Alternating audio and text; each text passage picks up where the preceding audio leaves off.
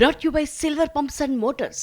Top quality और consistent performance के लिए सिर्फ सिल्वर पंप्स नाम याद रखना. తాజా జనాభా లెక్కల ప్రకారం లోక్సభ సీట్ల పునర్విభజన చేయాలని కేంద్రం భావిస్తోందని ఆరోపించారు సీఎం రేవంత్ రెడ్డి.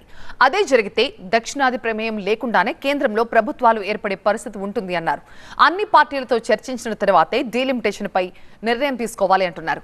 ఈ అంశంలో కేంద్రంతో చర్చించేందుకు దక్షిణాది రాష్ట్రాలని ఏకతాటిపైకి రావాలని కోరారు. దీనిపై అసెంబ్లీలో సీఎం రేవంత్ తీర్మానం ప్రవేశపెట్టగా సభలో ఆమోదం తెలిపింది. ప్రస్తుతం అసెంబ్లీ లైవ్ ను ఒకసారి చూద్దాం. దిమ్మ ఉంటే దిమ్మ మీద పడుకుంటే ఇంకొక 3.5 ఫీట్లు గ్యాప్ ఉంటుంది.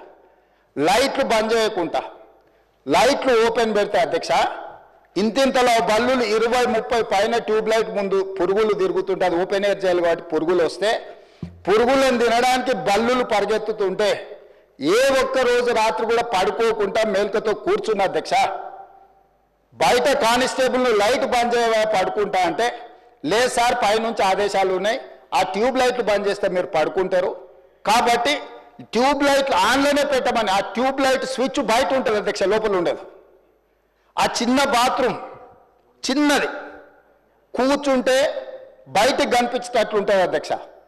ఒకసారి నేను ఎమ్మెల్యేల హోమ్ కూడా నా దగ్గర ఉంది కదా, ఎమ్మెల్యేలను నేను తీసుకెళ్తా, మంత్రులను తీసుకెళ్తా.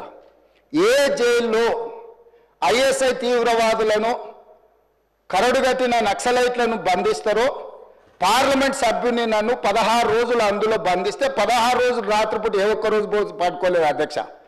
పొద్దున పూట బయటకు వదిలినప్పుడు 6 గంటలకు వచ్చి ఖైదీలను బయటకు వదులుతారు కదా అధ్యక్ష. బయట ఒక చెట్టు ఉంటే 16 రోజులు పొద్దున పూట చెట్టు కింద పడుకున్న అధ్యక్ష. అయినా నేను కోపం ప్రదర్శించలే. ఇవన్నీ కూడా దేవుడు అనేటోడు ఉంటాడు, చూస్తాడు, అంతకు 4 ఇంతలు అనుభవిస్తారని నేను అనుకున్నా.